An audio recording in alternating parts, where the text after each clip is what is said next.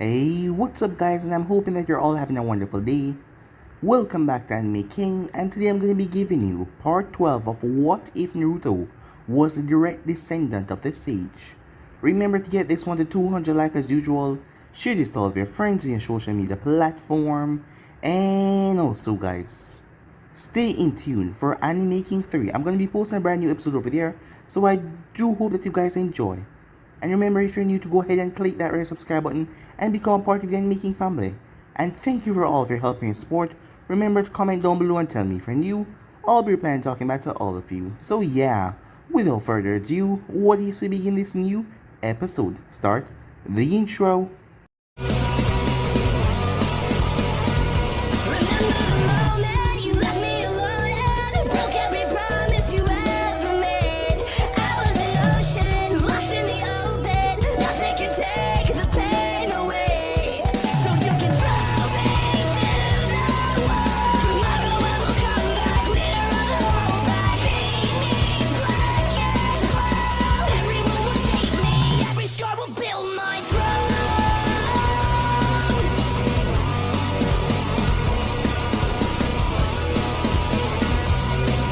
So, the last spot we left off, as Naruto, Shizuku, and Fu were currently surrounded.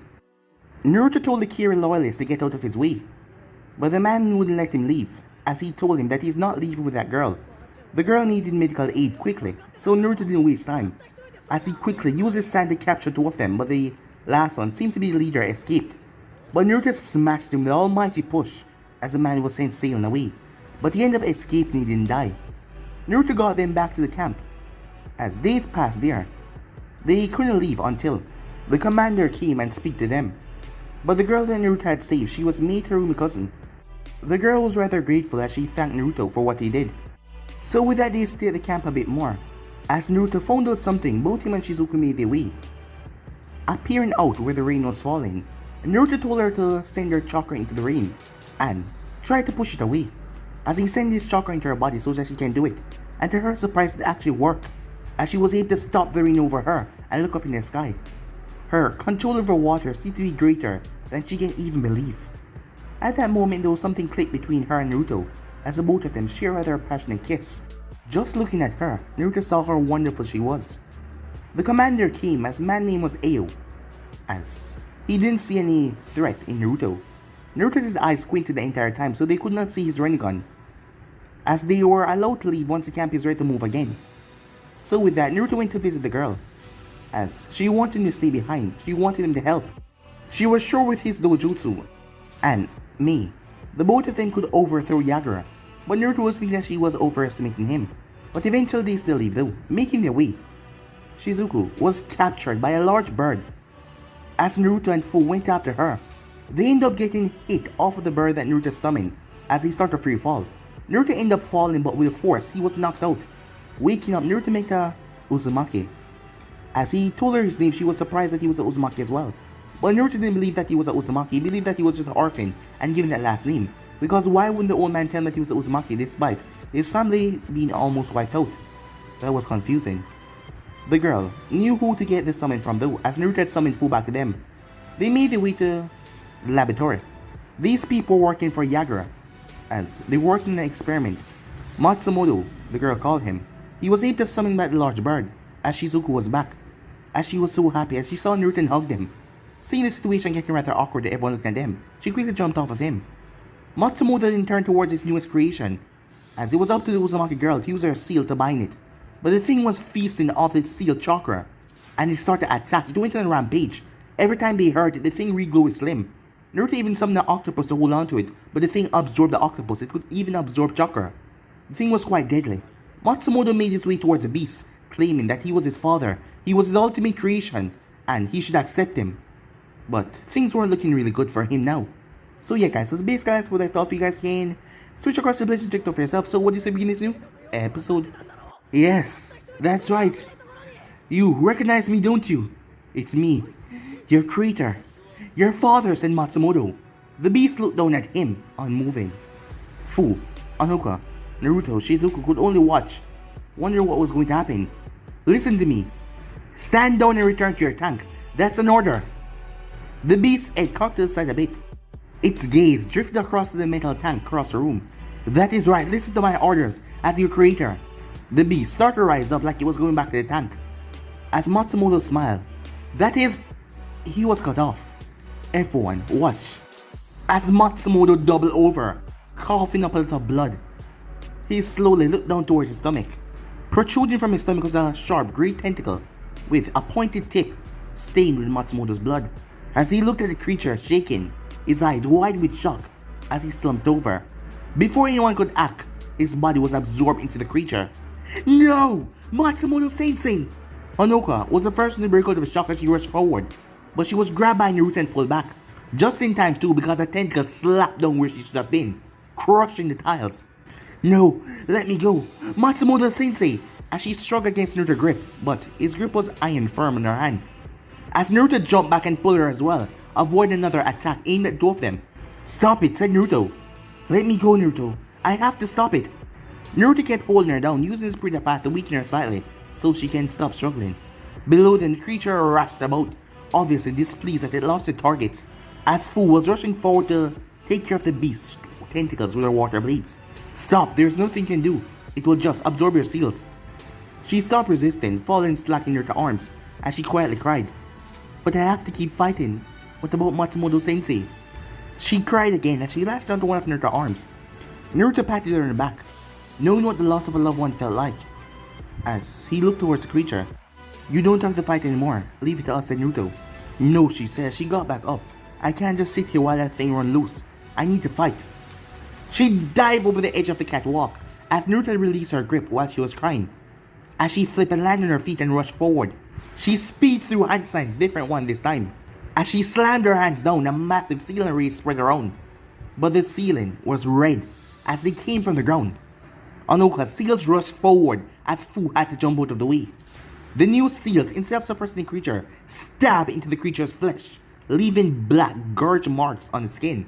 The beast, shrieking pain, his eyes glowing red as he thrashed about dangerously. But the creature started to smash everything, forcing the both of them back. Despite the seals, it had too many limbs. Fu panted, the water blade finally bursting back into the harmless water. She straightened up as her aura leaked from her body, as two wings came from her back as red chakra came around her body. Fu then dashed forward faster than most can even see as she pulled her fist back. She ducked under one of the tentacles, flying towards the beast, as she slammed her fist right into one of the beast's eyes with a squelch. Time seemed to slow a bit as the fist sank into the beast's eye. It cried out in agonizing pain. Its tentacles came up to squash her, but Fu moved out of the way as the beast slammed itself on the head with its own limb. It then lashed out with all of its tentacles at once, spinning wildly. Fu was fast, but not fast enough to avoid all of them, as one of them wrapped her in her waist. She tried to punch her, but the thing crushed her even tighter. She started to cry out in pain as her bones started to creak. The corrosive chakra in her body started to be absorbed into the beast, as the beast's eyes started to glow. As it tried to absorb Fu, but something flew through the air, forcing the beast to release Fu, as his tentacle got impaled by a large black rod. Universal pull! Fu was pulled back right into her arms, as he laid her gently down to one side. They had a brief moment as the beast rushed around, trying to mourn the loss of its eye, and healing its limbs. No doubt thanks to the large amount of chakra absorbed from Fu. Naruto frowned, struggling to come to a way to defeat a creature that can shrug off most attacks. Damn it, chakra-based attacks don't work. We can't get close to it, and anything like something just... Naruto paused. As the idea struck him, his eyes widened in surprise, not thinking of this sooner. He rushed towards the exit of the facility, but Fu grabbed his hand before he could get too far. What are you doing? He gave her a small smile. It's a summoning animal, right? Fu nodded, as Naruto sprinted off once again. He raced past Shizuku and Honoka, the two girls giving him a look of confusion that he ignored. As he reached outside, he looked down towards the lava that was down below, as he was at the edge. Naruto turned back to the creature who was looking at him with a murderous glare. He simply smirked. Summoning! He slammed his hand at the edge of the cliff, the ceiling matrix spreading out in mid-air. He jumped back as a big poof of smoke. The beast was confused as it was on the edge, out in the open. It tried to reach out to pull itself up, but Naruto saw what it was doing. No, you don't. As Naruto leaped forward at Chakra creating his hand as he stabbed it in the tentacle. The creature remained eye widened as it fell backwards, unable to balance any longer. As Naruto stood there, as he heard the horrifying cries of pain and anguish, as the thing slowly melted to death in the molten rock. As he felt a hand on his shoulder, he turned to see Anoka. Are you okay? Anoka nodded sadly. Dry tears stained her face as she sniffed more. Naruto gave her a weak smile as he patted her on the shoulder, as he checked to see if Fu and Shizuko was okay. Time skip, the four of them were back in Anoka's room, as Naruto was reunited with Ishakijo. He was surprised that Anoka was the one that carried here. When she found him in the forest, she must have a surprising amount of chakra, as he wondered if that was an Uzumaki trait. But she could not answer because she did not know her parents.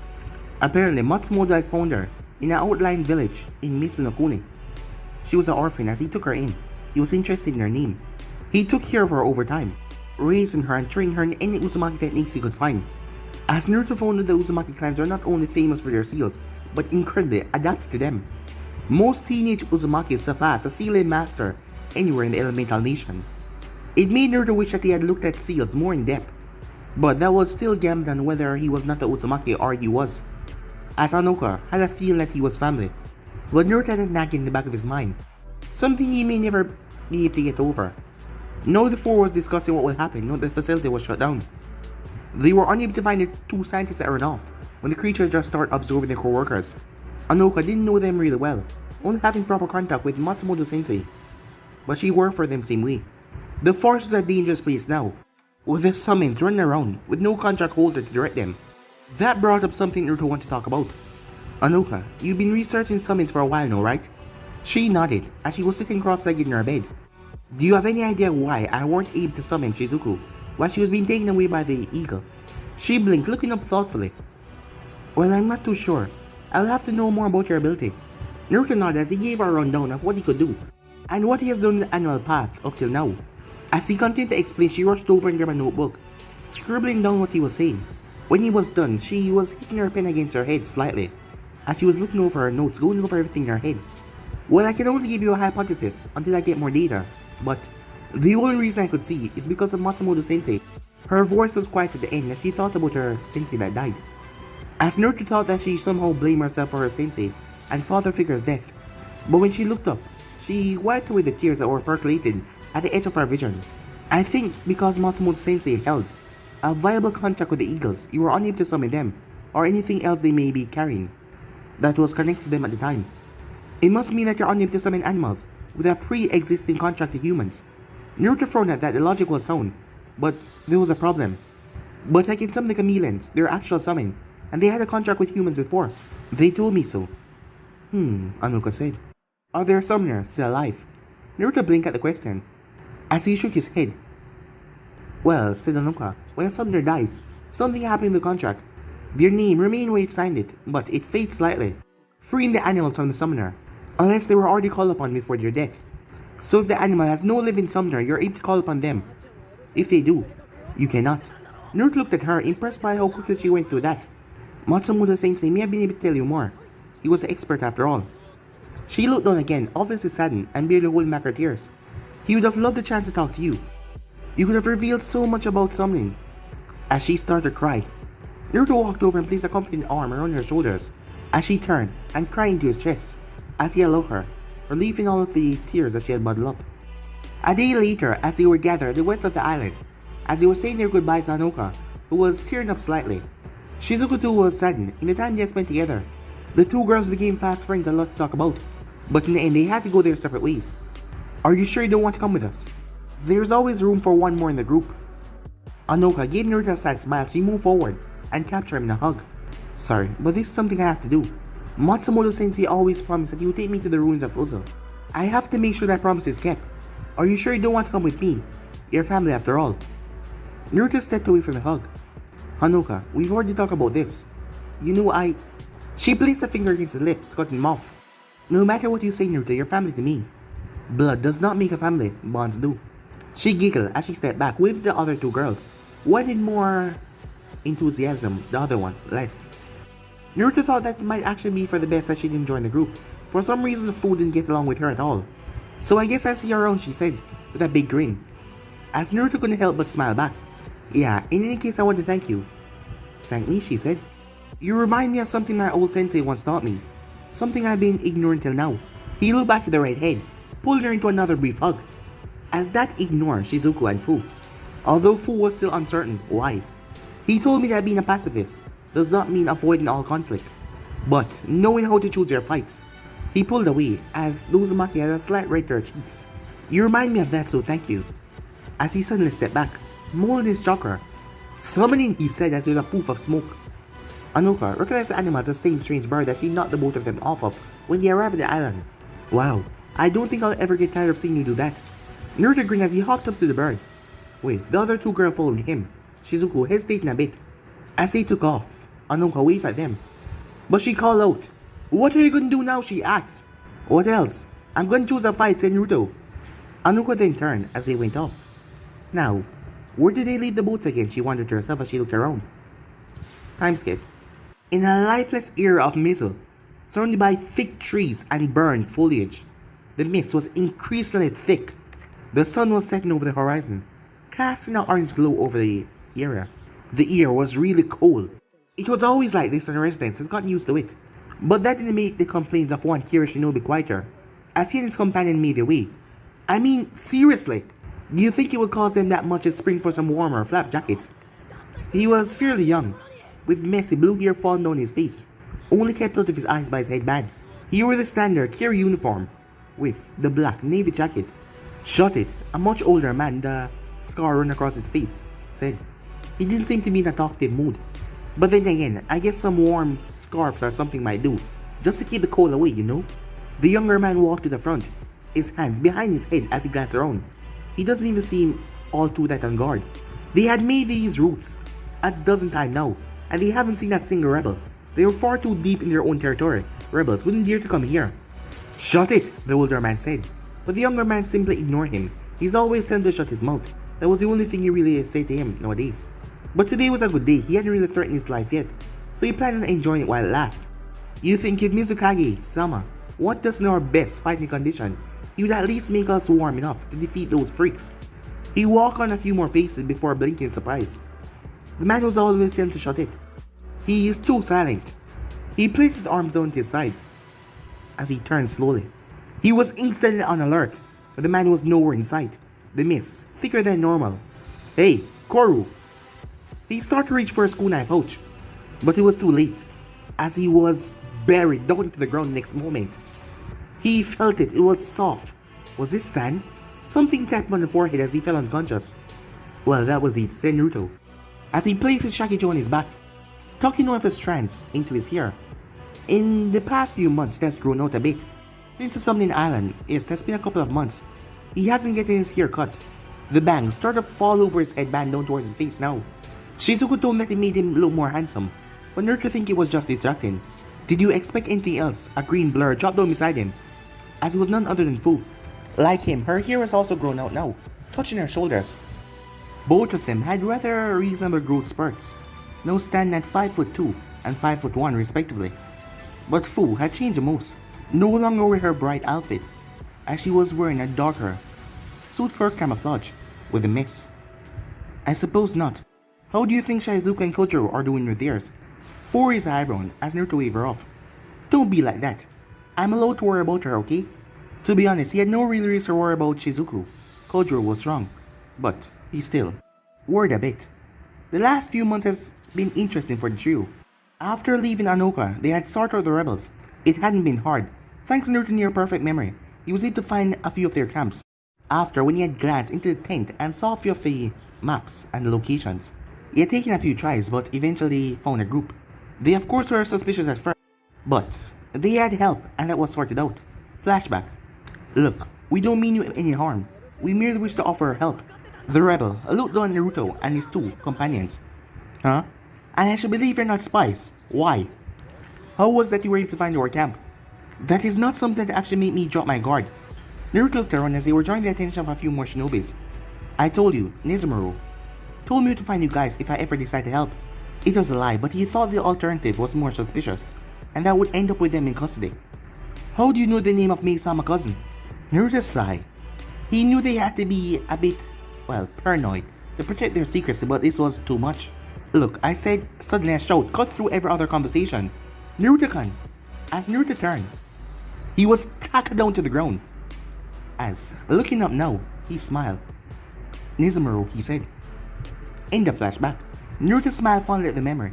During their time helping, Nizumuro had become a good friend. She was like a ray of light in all of this chaos and war. There was literally nothing that kept her down for long, not even her own injury. Had her only doing light exercise till recently, even though she wasn't allowed to go on any exercise yet, until she was back to her normal self. But that didn't stop her from getting the occasional spar from Naruto, Shizuku, and Fu. As for Shizuku, she mastered the second stage of the water exercises. After that, she started to soak up water ninjutsu like a sponge. All of the rebels had taught her were impressed. She could even draw this source of water from the air, pulling the moisture without any water source nearby. Some of the best water users in the rebel could not do that. It was compliment to Kisame and the second Hokage. Yes, there was only a few people that can pull the moisture from the air. But Shizuku never lost her innocent personality though. Even now after months of helping, she was loath to killing people, taking on Naruto mantra of suppression. She was opposed to killing as well. Most of the time she used a painless technique to suffocate the target, knocking them out. She had nearly broke it down the first time she used it, crying, but Naruto was there to help her. He still remembered the shot they had received when they first discovered her abilities. Flashback, Shizuku stood firm at the center of a training ground, her hands up in taijutsu stance Naruto has been teaching her. So, you know what to do, right? She nodded, as she took a deep breath as her eyes focused. Naruto gave her a moment to prepare before rushing in, as he went for a standard jab to her stomach. She skillfully swerved to the other side, until they were back to back. Before he could lash out, she pushed down and skipped right through his legs. At the same time, she turned to knock away his feet.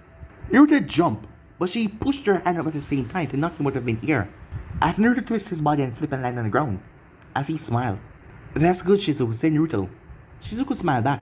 Like Fu, she undergo a change of wardrobe, but not as drastic. She had altered her bright purple to a darker blue. Try it again, this time, with what we've been practicing, said Naruto. She nodded as they rushed towards each other. It looks like some high-speed dance as their bodies twist around each other, as they try to pin down one another. Of course, Naruto wasn't going full out, but that wasn't the purpose of the training. The idea was to use the water chakra flowing through her body to increase her flexibility to almost inhuman degrees. It also acted as a shock absorber, seeing as she had so much water fluid chakra in her body. Naruto smirked as he saw her open in her form, as he was going to point out the mistake, as he spun on one foot to give her a light tap on the shoulder.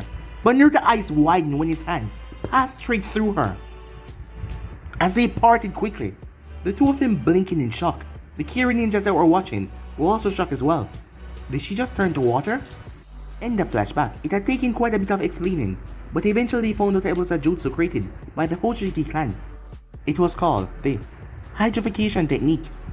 It involved them literally turning their body parts to water, maintained and holding by the shape of the chakra. The rebels were confused because it was only used by the Hoshikis.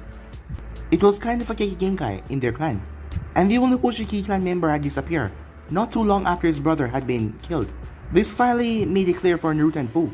They had taken Shizuku aside and explained to her what they found in the base a long time ago.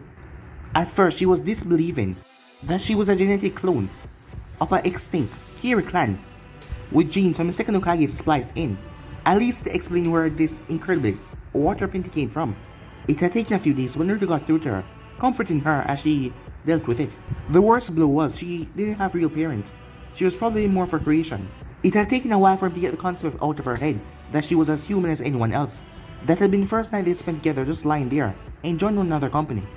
Since that, they had slept in the same bed every time they were on the same missions. At first, their responsibilities were guarding cargoes as they moved between various camps to restock and supply. Naruto was okay with that. Most of the time, it was just a few loyalists attacking them. But due to Naruto's ability to scout with his sand, it quickly backfired against loyalists. He had earned quite the reputation amongst rebels, refusing to kill anyone, but he had always still dealt with his targets. There was always unique skills as well that always catch him off guard, as one to increase the gravity in a specific area, which he was slowly controlling better and better with each passing day. As they allowed him to negate fights completely sometime, the rebels really appreciated it because it saved supplies and lives as well. Of course, no one knew where his skills came from. He had yet to tell a soul about his Rinnegan. It wasn't that he didn't trust the rebels, far from it. He had made more than a few friends amongst the younger shinobis. It was a simple fact he couldn't risk the word, getting out about a Rinnegan user wonder in the elemental nation. It would bring a lot of attention on him and his friends. So far, the only people that knew was Nezrom and me. Nezrom let me slip by accident. That is one of the reasons Naruto was so cautious to tell anyone about it. Thankfully, Mei was understanding. Well, that was after she got over the excitement of seeing the legendary dojutsu. As Naruto smiled at a normal, professional leader acting like a giddy schoolgirl, she understand well though. The person didn't want their bloodline coming to light because it might affect one loved ones. It was the very reason they were fighting the injustice that was going on in the first place.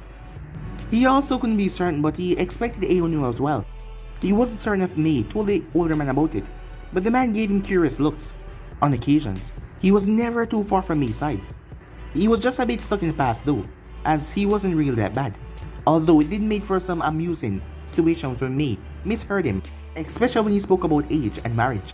Since then, Naruto and his friends went on important missions, sabotaging buildings, ambushing caravans with supplies, ones that he had been protecting long before. They were doing anything to cripple and slow down Yagura forces, guerrilla tactics that would hit hard and fast and leave without a trace. It was something Naruto had the knack to do with his stealth skills. Many of the rebel Zoras shot that he can move without being undetected, but he didn't really tell anyone about his invisibility technique. That led up to here, where he and another group were slowly surrounding a large facility, and it was dangerously close to Kyoto itself. It was one of the largest missions he has been on, involving a hefty chunk of the rebel forces. If this mission went wrong, they would suffer some serious losses, something Naruto would try to avoid at all costs. He had spent too long fighting the rebel side to see them fail, when they had just started to see a change in the war. Are we ready to go? Naruto looked up at Fu and smiled. Despite his many attempts, Fu really hadn't cracked from her persona. He had thought being around people would help her to loosen up and trust people other than him and Shizuku. It seemed to have the opposite effect though. She hung closer to him more than before. He couldn't tell if she was intimidated by the others or simply reminded of her time in Taki. I think so, Naruto said, as his hand was on the ground, palm flat. He spread his chakras to the soil, converting it into sand that he could use. After a minute he opened his eyes. Fu had been conversing a few insects as well. I count 20 guards outside, 56 prisoners. I can't tell what is happening inside the building though. Fu nodded slowly as she agreed with the estimate. Not only has Naruto Deva Path abilities improved, but his sand control has improved as well. Specifically, his ability to send people chakra to the sand when they were in contact with it. He had a thin layer spread across the entire facility. Anytime they took a step on the ground, he knew where they were. Ayo-san was correct then, said Fu. Naruto nodded.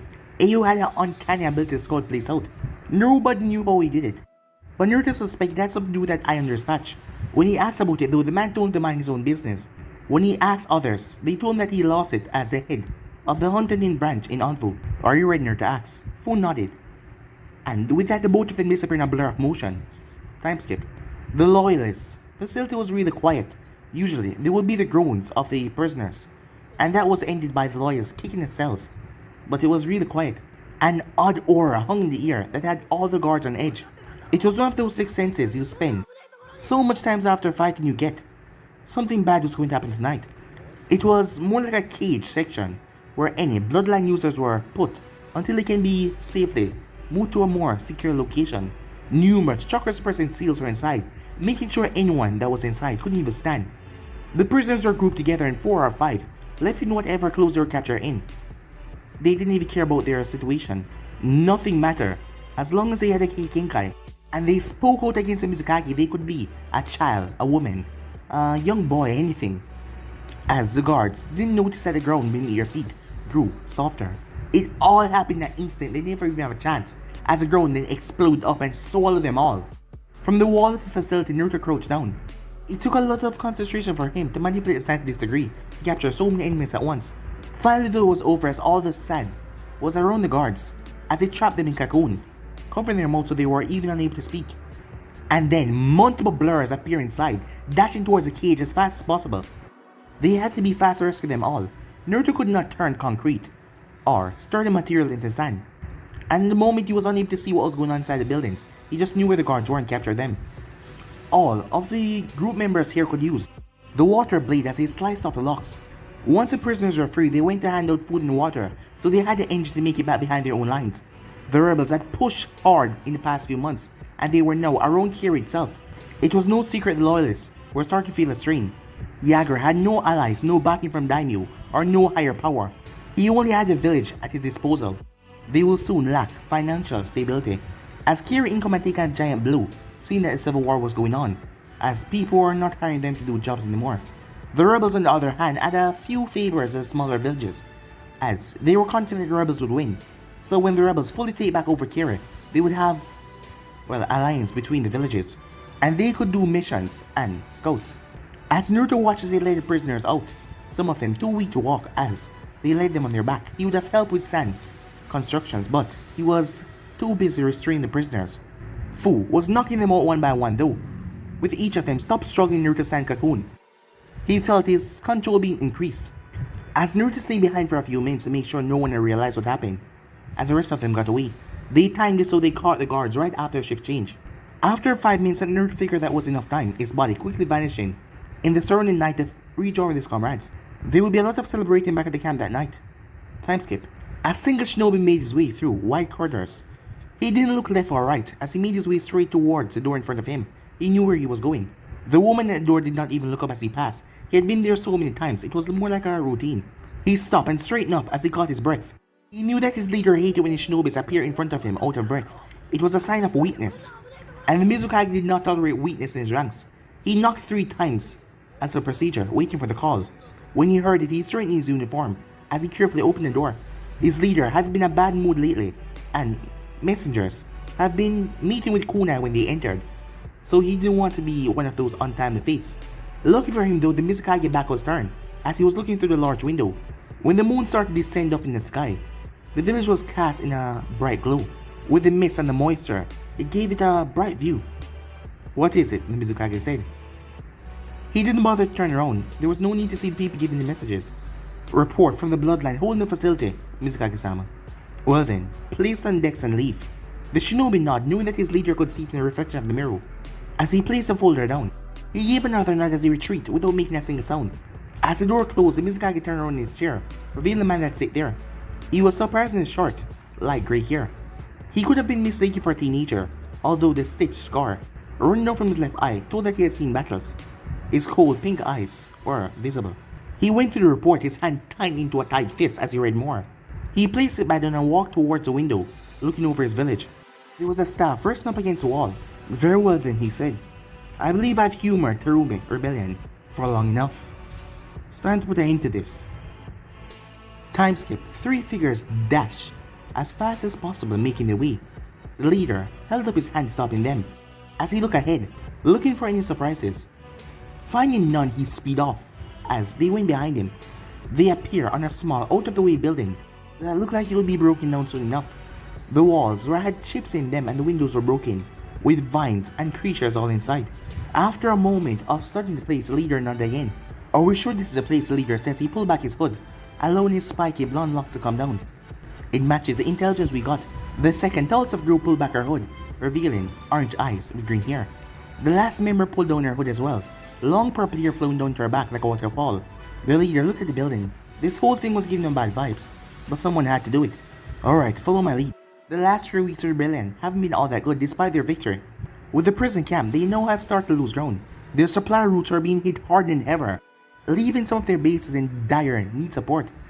Only when the help finally came, they found the camps in ruins, the tents burned, and the rebels missing or badly wounded. Most Naruto discovered that the supply runs that he took part in these days, they weren't being ambushed, and that cost them maddening supplies, some that the rebels could not afford to lose at the moment. It spoke of a traitor amongst the rebels, someone feeding Jaeger information, and they ensured that Naruto could not act against it, because every single mission he went on, there were no ambush, only the ones that he were not on. It was worrying because despite the investigations being done, there was no leads being turned up. All of their forces were spread thin right now, with their front line being weakened. They had lack of food and weapons getting short. They had to divert a few people away from their most protective zones to stop them from getting into the town. The rebellions, they were being stretched too thin, as more loyalists started to slip through and continued to attack their camp and burn it. Things weren't looking too good for the rebellion. Right now, Naruto, Shizuku and Fu had been sent out to investigate about an old supply cache that has been run down. Since the start of the rebellion, it has been abandoned. It was in a forgotten corner of Kiri, that neither belonged to the rebels or the loyalists. If the reports were accurate, the supplies here would bolster their front lines and their morale, and bring them out of this dangerous downward spiral. Usually, they would have a few more people backing them up, but they just didn't have the support to spare. Alright, we go in, we check everything and meet up back here. The two girls gave the monk a nod before darting off, but Shizuku was stopped by Naruto grabbing her wrist. As she turned, stay safe, as he gave her a quick kiss as she blushed. She gave him a quick second nod before dashing off like Fu had. As Naruto composed himself and looked around, as he spotted a small ventilation shaft poking out of the roof, he knew better than to walk right in front. They were always trapped, while he could absorb the explosion, but the explosion would cause a lot of scenery, something they didn't need at the moment. This was supposed to be silent. As he made his way in the shaft, muffling his feet with chakra so that they wouldn't make a sound, as he touched down right in the metal tube, as he removed the padding from the ventilation shaft, jumping down into a room that was filled with wooden crates. Walk forward, he shifted Shakijo on his back. During the time here, he has put in Shakijo on his back, and it was better to keep it there. He lifted the lid on one of the crates. The thing was stocked with kunais. When he did the same for another, it was filled with kunais, and another was filled with shurikens. If every box in here was the same, that would be enough to keep a camp going for months. And this was just one room of the building. He hoped Fu and Shizuku was having similar luck when it comes to the food department. But then, he heard footsteps outside the door. He jumped to the ceiling as he stayed there, and he silenced his breathing. The door cracked open, filling light in the room as Naruto activated his invisibility jutsu. His body suddenly vanished like he was never there in the first place. Beneath him, a man walked in, his Kira headband showing his allegiance to loyalists. Because Naruto would have known if they were receiving backup. The man looked in the room before leaving once again. As Naruto dropped without even a noise. Seems we're not the only one checking this place out. I just hope Fu and Shizuku notice that before they get find out. As Naruto slipped out the door, still invisible to his senses, the corridor outside matched inside. As the place was cracked up, looked like he was about to break down any time now. If he didn't have to be there, he probably just left, in fear of the places falling down on top of him. He moved down the corridor, checking each room as he passed, each of them filled with crates. He wondered why would a place like this be forgotten, but he had to leap to the ceiling once again, avoiding a patrol walking. Well, not completely forgotten it seems. The intelligence they received told them that the facility was completely abandoned, so why were these guys here? No loyalist has been seen in the air for months, but now they just suddenly show up. That wouldn't have to be a coincidence. Another patrol walked beneath him as they were speaking. Here, they already found one of them, Taiko. Thought it might have taken more time. I thought they were pretty good at sneaking around. Naruto raised the eyebrow at that, as he followed the pair as he clinged to the ceiling with chakra. I know, but I was surprised it was just a girl. She was no older than my daughter. Goddamn rebels. Don't they know when to draw a line? Naruto started to grow more nervous as they talked, as he realized they were about to go through a door. True, but what can you expect from those bloodline freaks? They don't think like us real people. I'm just glad that Yagura-sama. Naruto missed the end of that as the man went through a door.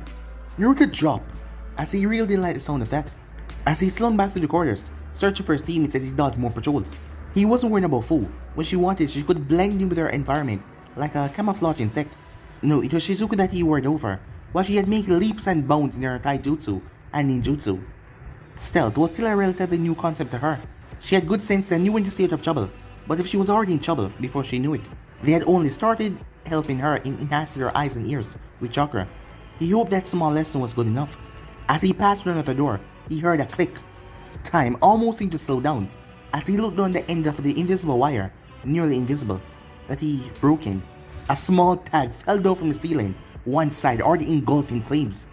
Boom! The explosion was deafening in a small place like that. His controls slipped, and he had to absorb the explosion so he wouldn't get burned to pieces. He dived into a nearby room, the wall get caved in by the blast, as a few shinobis rushed by. He lay there for a moment, his ears were still ringing.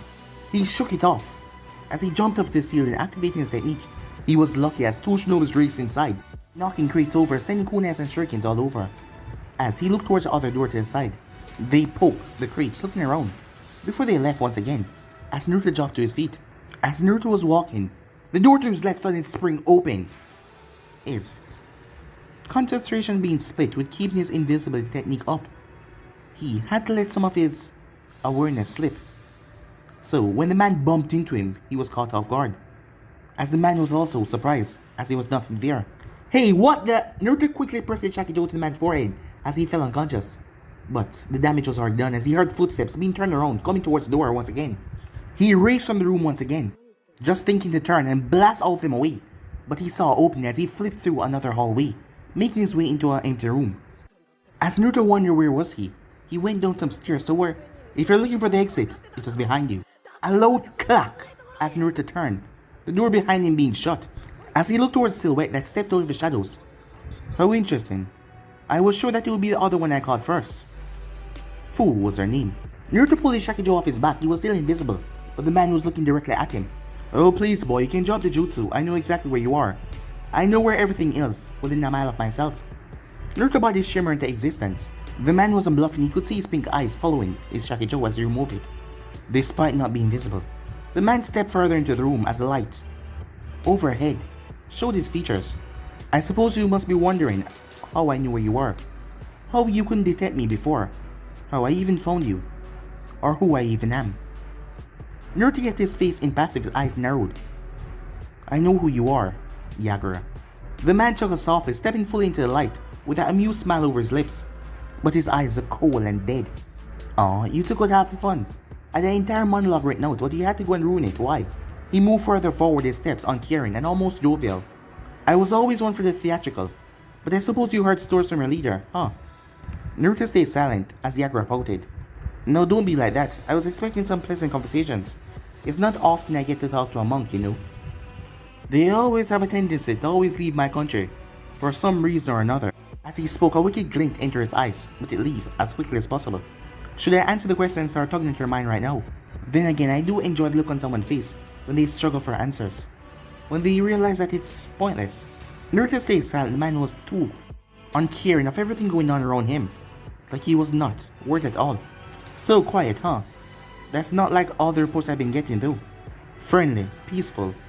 Always the last to step in, to create conflict, but always the first to finish it. I picture you differently though. Taller for one.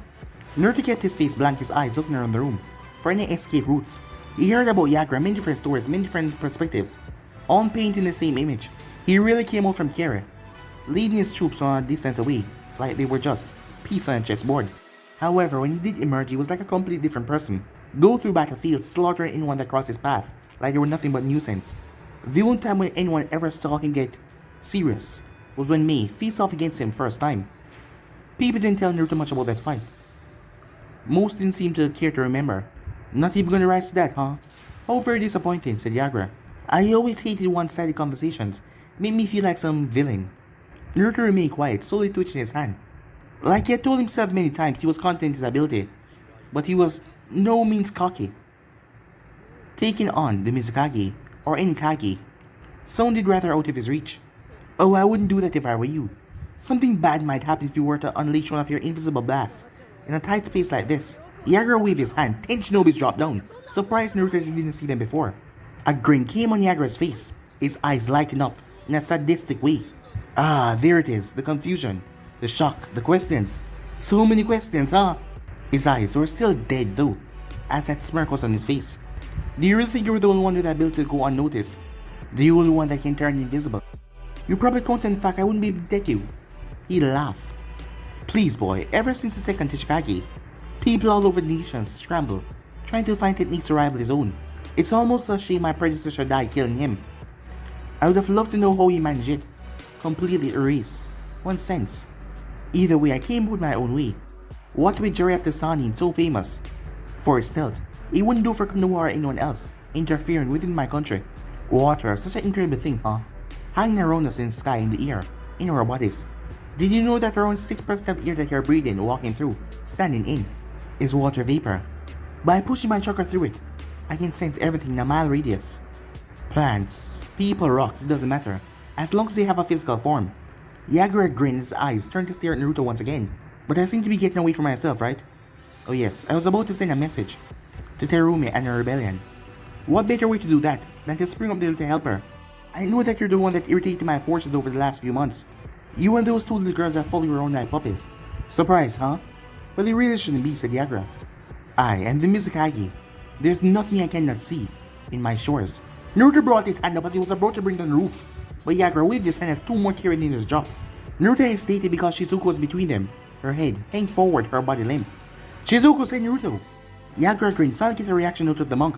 He motioned for them to bring her closer. So the boy finally speaks. I was beginning to think you were too frightened to talk. That would have just been too boring, huh? Naruto was doing his best to control himself, but seeing Shizuku limped over like that, his body started to tremble. The only thing that held him back was that he could still see her chest rising and falling with shallow breaths. Interesting company you keep, huh? I thought that we had wiped out the Hojoji clan with ninjutsu. But here comes little Shizuku, perform the abilities of the clan. One should have died out some time ago, when that traitorous swordsman was taken care of. You want to know something about the Hojoji clan? Yagura looked at his hand, turned it back in front. Brief spark of lightning started to dance on his fingers. While they are immune to physical attacks, blunt force, or even blades, they have unusual pain tolerance when it comes to electricity. I say unusual because in their techniques they don't physically have nerves. But he touched Shizuku right on the neck as he channeled lightning into her body with a gleeful smile on his face. Shizuku's head shot up as she screamed in agony. Naruto was about to move, but Yagura released her as her body dropped to the ground, blue sparks going over her. What did I tell you about doing something brash? Someone could get hurt. Naruto stopped, his hands trembling. His hair was lowered. His messy hair fell over his eyes as they were fully open. Let her go. The Mizukage chuckled as he threw his staff into his hand, into his another, and tossed to the other once again. What was that? I could have swore I just heard a monk demanding something from Akagi. He smirked as he reached down, picking Shizuku up by the back of her neck. She was in too much pain to even struggle as she was just held there, limply in his grip. She couldn't even focus long enough to use her technique. Her body was just unresponsive. She screamed out again as another wave of electricity passed through her body, while Yagura kept his hold on her. Let her go, said Naruto. Taking a step forward, the Anvus twitched their hands towards their pouches, but Yagura seemed amused as he tossed the girl to one of his men. The Anvu grabbed her and held her roughly, a kunai pressed against her chest as a warning. The message was clear: if Naruto tried anything, the man would not hesitate to kill Shizuku. So I did hear you right. How odd, huh? You know what? I'm not anything but, if not, a merciful man. How about a demonstration of how outclassed you are here? How outclassed this pathetic little rebellion is? I'll even let you leave here if you win. As he spread his arms to the side, Naruto wastes no time. Almighty push! He had put enough force behind that to level a small building, certainly enough to knock out a grown man, if it hit them directly. However, Yagura wasn't idle. His staff flashed forward and made a circle in mid-air, as a mirror was created out of water. With his eyes, Naruto could see everything that happened next. A perfect replica of his almighty push came out of the mirror. But because it was forced, the ninjas could not see. But Naruto could see everything, as it clashed with his own, and both techniques dissipated. It just nullified each other. Now do you see, monk? Your every attack, your every move, copy down to the last detail and send right back at you. It's useless. Naruto put both hands up and channeled a large amount of chakra. Almighty push, he said. A massive deep gorge was torn from the earth this time. A trench meet his that came from the mirror that was completely unscathed. Canceling out techniques. The Mizukage came from the side with a smirk on his face. See it now, monk. There's a mirror right in front of you. I don't know if I can make it any clearer than this. Naruto had enough as he launched himself forward towards the Mizukage. The Anvus are surprised that a boy so young could move that fast, as Yagura simply smiled as Naruto came towards him. But guys, I'll be in subscribe right here. If you want the next part of this, do like, subscribe, comment down below, and turn on that bell notifications get posted. But I'm off now. See you guys soon. Remember to go over and check out Anime King 3. I'll be leaving the link down in the description. Go over there and click that red subscribe button and become part of the Anime King 3 family, guys. And also, remember, if you're new, to go ahead and click that red subscribe button and become part of the Anime King family. And yeah, without further ado, I'm off now. See you guys soon. Peace, guys.